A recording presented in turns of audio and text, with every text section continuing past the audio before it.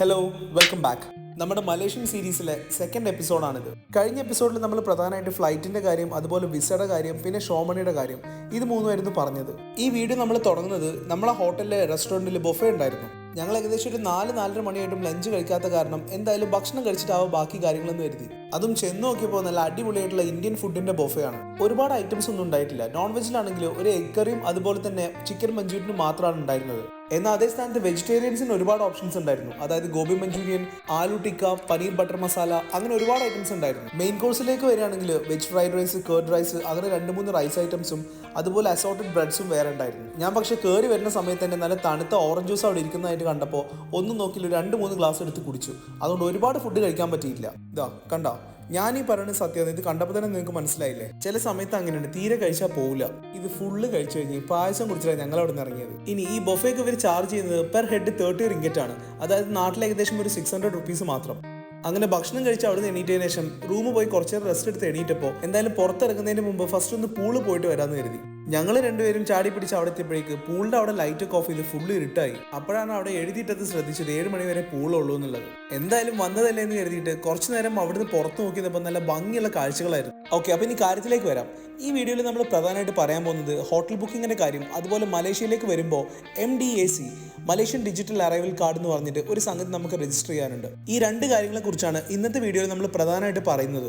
ഈ 2 കാര്യങ്ങൾ പറയുന്നതിന്റെ കൂടെ തന്നെ നമ്മുടെ ഹോട്ടലിന്റെ തൊട്ടടുത്താണ് പെട്രോണാസ് ട്വിൻ ടവർ. ഞങ്ങൾ രണ്ടുപേരും രാത്രി അവിടെ അലഞ്ഞു നടക്കാൻ നല്ല ഇഷ്ടപ്പെടുന്ന ആൾക്കാരാണ്. അപ്പൊ എന്തായാലും തോന്നി രാത്രി എവിടെയെങ്കിലും ഇറങ്ങാന്നുള്ളത്. നമ്മുടെ ഹോട്ടലിൽ തന്നെ പെട്രോണാസ് ട്വിൻ ടവറും അതുപോലെ KL ടവറും നമുക്ക് കാണാൻ പറ്റും. മാപ്പ് നോക്കിയപ്പോൾ വാക്കബിൾ ഡിസ്റ്റൻസിലാണ് ഉള്ളതെന്ന് കണ്ടു. എന്നാൽ പിന്നെ എന്തായാലും പെട്രോണാസ് ട്വിൻ ടവർ കാണാൻ വേണ്ടി പോകാന്നുള്ളതായി തീരുമാനം. ഇവിടെ ലെഫ്റ്റിൽ കാണുന്ന ടവറാണ് നമ്മുടെ ഹോട്ടൽ സിൽക്ക മേ ടവർ. രാവിലെ വരുന്ന വഴിയിൽ നമ്മൾ പെട്രോണാസ് ട്വിൻ ടവർ കണ്ടിരുന്നെങ്കിലും എന്തായാലും രാത്രിയോടെ വരണം എന്നുള്ള കാര്യം നമ്മൾ അപ്പോഴേ തീരുമാനിച്ചതാണ്. അപ്പോൾ അങ്ങോട്ട് നടന്നു പോകുന്ന വഴിയിലുള്ള കാഴ്ചകളും പോകുന്ന വഴിയിലുള്ള സ്ട്രീറ്റ് ഫുഡും അങ്ങനെ ഓരോ സംഗതികളൊക്കെ കണ്ടിട്ട് എന്ത് ചെയ്യാം, നമുക്കൊന്ന് പോയിട്ട് വരാം. അതുപോലെ ഞാനിവിടെ കണ്ടതിൽ എടുത്തു പറയേണ്ട ഒരു കാര്യമാണ് ഇവിടുത്തെ സ്ട്രീറ്റിൻ്റെ വൃത്തി. അത് അവർ നല്ല വൃത്തിക്ക് ചെയ്യുന്നുണ്ടെന്നുള്ള കാര്യം വെറുതെ ഒന്ന് റോഡിൽ കൂടെ രാത്രി ഇറങ്ങി നമുക്ക് കാണാൻ പറ്റും. ഈ ബസ് സ്റ്റോപ്പിലോ അല്ലെങ്കിൽ അതിൻ്റെ തൊട്ടടുത്തോ ഒരു പ്ലാസ്റ്റിക് ബോട്ടിലോ അല്ലെങ്കിൽ എന്തിനും ഒരു മിഠായി കടലാസ് പോലും നിങ്ങൾക്ക് കാണാൻ പറ്റില്ല. ഇതൊക്കെ കൊണ്ടുപോകാൻ വേണ്ടിയിട്ട് വെച്ചിട്ടുള്ളതാണ് കേട്ടോ. അങ്ങനെ കെട്ടി വെച്ചിട്ടുള്ളതാണ് വേസ്റ്റുകൾ കളക്ട് ചെയ്ത സംഭവങ്ങൾ. ഇപ്പോൾ അതിന് ഇങ്ങനത്തേലും വന്ന് ഇതിൽ വേസ്റ്റ് ഡംപ് ചെയ്തിട്ട് കളക്ട് ചെയ്തിട്ട് അവർക്ക് കൊണ്ടുപോകാൻ വേണ്ടിയിട്ട് വെച്ചിട്ടുള്ളതാണ് അതൊക്കെ. അതിവരെ ഭയങ്കരമായിട്ട് അപ്രീഷിയേറ്റ് ചെയ്യേണ്ട ഒരു കാര്യമാണെങ്കിലും തൊട്ടടുത്ത് തന്നെ മനസ്സിനെ വല്ലാതെ വിഷമം തോന്നിപ്പിക്കുന്ന വേറെ കുറച്ച് കാഴ്ചകൾ കാണാൻ പറ്റി. നടന്നു പോകുന്ന വഴിയിലെ ബസ് സ്റ്റോപ്പിലും അതുപോലെ റോഡ് സൈഡിലൊക്കെ ഒരുപാട് ഹോംലെസ് ആയിട്ടുള്ള ആൾക്കാർ വഴിയിലൊരു പുതപ്പും അതുപോലെ അവരെ കയ്യിലുള്ള ചെറിയൊരു ബാഗ് തലേണായിട്ട് വെച്ചിട്ട് അവിടെ കിടന്നുറങ്ങുന്നത് കാണുമ്പോൾ ചെറിയൊരു സങ്കടം. ഇത്രയൊക്കെ ചെയ്യുന്ന ഈ ഗവൺമെന്റിന് ഇവർക്ക് വേണ്ടിയിട്ടും കൂടെ എന്തെങ്കിലും കൂടെ ഒക്കെ ചെയ്തുകൂടെയെന്ന് തോന്നി. ഇവരെന്തായാലും എല്ലാ സ്ഥലത്തും ഒരു ഗ്രീനറി കൊണ്ടുവരാൻ വേണ്ടി ശ്രമിക്കുന്നുണ്ട്. ഈവൻ നമ്മൾ നടക്കുന്ന സൈഡ് വാക്കിലാണെങ്കിൽ പോലും നല്ല ചെടികളും മറ്റും വെച്ചിട്ട് നല്ല ഭംഗിയാക്കിയിട്ടുണ്ട്. ചെടികളും മരങ്ങളും മാത്രമല്ല, ഒരുപാട് നല്ല ലൈറ്റുകളും കൊടുത്തിട്ട് അവർ ഈ സ്ഥലങ്ങളൊക്കെ നല്ല ഭംഗിയാക്കിയിട്ടുണ്ട്. അങ്ങനെ കുറച്ചുകൂടെ മുന്നോട്ട് നടന്നു പോയപ്പോൾ ഭയങ്കര വെള്ളച്ചാട്ടത്തിന്റെ സൗണ്ട് കേൾക്കാണ്ടായിരുന്നു. ആദ്യം ഞാൻ കരുതി എനിക്ക് തോന്നിയതാവുന്നുള്ളതാണ്. പിന്നെ കുറച്ചും കൂടെ പോയിട്ടും ഈ സൗണ്ട് കേൾക്കാൻ തുടങ്ങിയപ്പോൾ തോന്നി ഓക്കെ, ഒരുപക്ഷെ അടിയിൽ കൂടെ എന്തായാലും സെവേജ് പോകുന്നുണ്ടാവുന്നുള്ളത്. പക്ഷെ കുറച്ചും കൂടെ മുന്നേ പോയപ്പോഴാണ് മനസ്സിലായത് ഇത് രണ്ടുമല്ല, അവിടെ അവർ ശരിക്കും ആർട്ടിഫിഷ്യലായിട്ട് ഒരു വാട്ടർഫോൾസ് ഉണ്ടാക്കിയിട്ടുണ്ട്. എന്താ പറയാ, ഏതൊരു ഭാഗത്ത് ചെന്നാലും നിങ്ങൾക്ക് ഫോട്ടോ എടുക്കാൻ വേണ്ടിയിട്ടുള്ള ഓരോ പുതിയ സ്പോട്ടുകൾ കിട്ടും. ഇനി ഹോട്ടൽ ബുക്കിങ്ങിന്റെ കാര്യം പറയുകയാണെങ്കിൽ ഞാൻ ബുക്ക് ചെയ്ത ഹോട്ടൽ സിൽക്ക മേ ടവർ. ഞാൻ എപ്പോഴും പറയാറുള്ള പോലെ ഞാൻ ഫ്ലൈറ്റ് ആണെങ്കിലും ഹോട്ടലാണെങ്കിലും എല്ലാ സംഗതികളും ഞാൻ എപ്പോഴും ബുക്ക് ചെയ്യാറ് ഗോഐബിബോ ആപ്പ് ത്രൂ ആണ്. ഇത് ഗോഐബിബോന്റെ ഒരു പ്രൊമോഷൻ എന്നുള്ള രീതിയിൽ പറയുന്ന ഒന്നല്ല, ഞാൻ കുറെ കാലങ്ങളായിട്ട് ഉപയോഗിക്കുന്ന ഒരു ആപ്പാണ് ഗോഐബിബോ. സത്യത്തിൽ ഈ ഹോട്ടലൊക്കെ ഭയങ്കര ചീപ്പായിട്ടാണ് കിട്ടിയത്. നമ്മുടെ നാട്ടിലൊക്കെ ഒരു ഹോട്ടൽ എടുക്കുകയാണെങ്കിൽ അതൊരു പൂളുള്ള ഹോട്ടലൊക്കെ മിനിമം ഒരു 4000 എങ്കിലും എന്തായാലും വരും. അതേ സ്ഥാനത്ത് ഞാൻ എടുത്ത ഈ ഹോട്ടൽ ഇൻക്ലൂഡിംഗ് ടാക്സ് എനിക്ക് വന്നത് പെർ ഡേ വെറും 2800 ആണ്. ഞാൻ ഫസ്റ്റത്തെ 3 ദിവസം നിന്നത് സിൽക്ക മേ ടവർ, ബാക്കി 3 ദിവസം നിന്നത് വേറൊരു ഹോട്ടലിലാണ്. അതെന്തായാലും ഞാൻ അവിടെ പോകുന്ന സമയത്ത് കാണിച്ചു തരാം. അങ്ങനെ നടന്നു പോകുന്ന വഴിയിലാണ് ഇങ്ങനെ ഒരു ഫുഡ് സ്ട്രീറ്റ് കണ്ടത്. പുറത്തുനിന്ന് കാണാൻ തന്നെ ഭയങ്കര രസമുണ്ടായിരുന്നു. അപ്പോൾ എന്തായാലും ഒന്ന് കയറി നോക്കിയിട്ട് സംഗതികളൊന്ന് എക്സ്പ്ലോർ ചെയ്യാമെന്ന് കരുതി. വൈകുന്നേരം 4:30 ഞങ്ങൾ ലഞ്ച് കഴിച്ചെന്നുള്ളതുകൊണ്ട് തന്നെ വല്ലാണ്ട് വിശക്കുന്നുണ്ടായിരുന്നില്ല. അപ്പോൾ ജസ്റ്റ് ഒന്ന് കയറി കണ്ടിട്ട് വരാം, എന്നൊരു പെട്രോണാസ് ട്വിൻ ടവർ പോയിട്ട് കണ്ട് തിരിച്ചു വരുന്ന വഴിയിൽ ഡിന്നർ കഴിക്കാമെന്ന് കരുതി. എൻ്റെ പ്ലാനിങ് അങ്ങനെയൊക്കെ ആയിരുന്നെങ്കിലും ഇവിടെ എൻ്റെ കൂടെയുള്ള ഒരാൾ ഭക്ഷണത്തിൻ്റെ മുദ്ര കാണിക്കാൻ തുടങ്ങിയിട്ടുണ്ട്. എന്തായാലും നമുക്ക് നോക്കി നോക്കാം നമുക്ക് കഴിക്കാൻ പറ്റിയ എന്തെങ്കിലും ഇവിടുന്ന് കിട്ടുമോ എന്നുള്ളത്.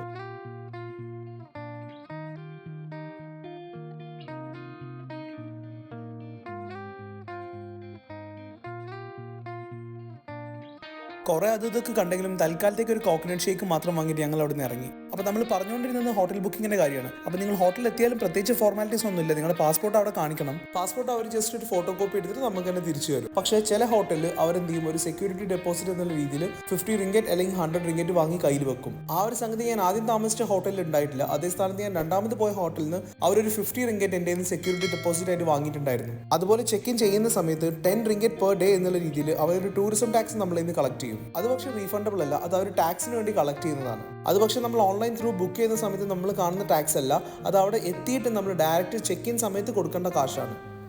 ഓക്കെ, അപ്പം നമ്മുടെ പെട്രോണസ് ട്വിൻ ടവറിന്റെ താഴെ എത്തിയിട്ടുണ്ട്. ഇവിടെ പ്രത്യേകിച്ച് പരിപാടികളൊന്നുമില്ല, കുറച്ച് ഫോട്ടോസ് എടുക്കുക, അത് കഴിഞ്ഞിട്ട് തിരിച്ച് ഹോട്ടലിലേക്ക് തന്നെ പോവാം. പിന്നെ ഒരു കാര്യം ശ്രദ്ധിക്കണം, 12:30 ആകുമ്പോൾ ടവറിലെ ലൈറ്റുകൾ ഓഫ് ചെയ്യും. ഇവിടെ ഒരുപാട് പേര് നമ്മുടെ ഫോട്ടോസ് എടുത്തു തരാൻ വേണ്ടിയിട്ട് നിൽക്കുന്നുണ്ടാവും. ഒരു ഫോട്ടോ എടുക്കുന്നതിന് അയാൾ ആദ്യം പറഞ്ഞത് എൻ്റെ അടുത്ത് 25 റിംഗറ്റ് ആണ്. ഞാനൊരു 3 ഫോട്ടോസാണ് ആളെ കൊണ്ട് എടുപ്പിച്ചത്. ആള് 75 റിംഗറ്റ് പറഞ്ഞ് ഞാനിത് ബാർഗെയിൻ ചെയ്തിട്ട് 50 റിംഗറ്റ് കൊടുത്തു. അതായത് നമ്മുടെ ഇന്ത്യൻ കറൻസി കൺവേർട്ട് ചെയ്ത് പറയുമ്പോൾ ഒരു 1000 റുപ്പീസ്. അങ്ങനെ ഫോട്ടോസ് ഒക്കെ എടുത്ത് കഴിഞ്ഞ് തിരിച്ചു വരുന്ന വഴിയിൽ ഒരു റെസ്റ്റോറന്റ് കണ്ടപ്പോൾ ഡിന്നർ കഴിക്കാൻ കയറി. ഞാൻ നേരത്തെ പറഞ്ഞ പോലെ 4 മണിക്ക് ഭക്ഷണം കഴിച്ച കാരണം വല്ലാതെ വിശക്കുന്നുണ്ടായിരുന്നില്ല. അപ്പോൾ രണ്ടുപേരും ഓരോ റൊട്ടിയും അതുപോലെ ഫിഷ് കറിയും കഴിച്ച് കൂടെ ഒരു ജ്യൂസും കുടിച്ചിട്ട് അവിടുന്ന് ഇറങ്ങി. അങ്ങനെ അവിടുന്ന് ഭക്ഷണം കഴിച്ചിറങ്ങി പോകുന്ന വഴി ഒരു സൂപ്പർ മാർക്കറ്റിൽ കയറിയിട്ട് രണ്ടുപേർക്കും വിശപ്പിന്റെ അസുഖമുള്ള കാരണം പോകുന്ന വഴി ഒരു സൂപ്പർ മാർക്കറ്റിൽ കയറി റൂമിലെത്തി കുറിക്കാൻ എന്തെങ്കിലും വേണമല്ലോ എന്ന് കരുതിയിട്ട് കുറച്ച് സ്നാക്സും വാങ്ങിയിട്ട് നേരെ പിന്നെ ഹോട്ടലിലേക്ക് നടന്നു. അങ്ങനെ അവിടുന്ന് കുറച്ചും കൂടെ നടന്നു വന്നപ്പോൾ നമ്മുടെ ലുലു മുന്നിൽ. ഞാൻ താമസിക്കുന്ന ഹോട്ടലിൽ ഈ ലുലു ഹൈപ്പർ മാർക്കറ്റിൽ വെറും 2 മിനിറ്റ് മാത്രം നടക്കാനുള്ള ദൂരമുള്ളൂ.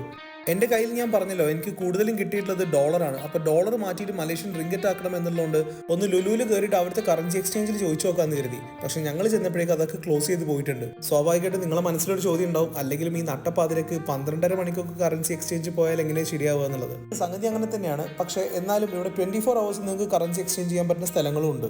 അതിന്റെ ഡീറ്റെയിൽസ് എന്തായാലും ഞാൻ വേറൊരു എപ്പിസോഡിൽ ഡീറ്റെയിൽ ആയിട്ട് പറഞ്ഞുതരാം. മലേഷ്യൻ ഡിജിറ്റൽ അറൈവൽ കാർഡിന്റെ ഡീറ്റെയിൽസ് ഞാൻ ഈ വീഡിയോയിൽ പറയണമെന്നാണ് കരുതിയത്. പക്ഷേ അതിന് ഇനി ഇവിടെ സമയമില്ല.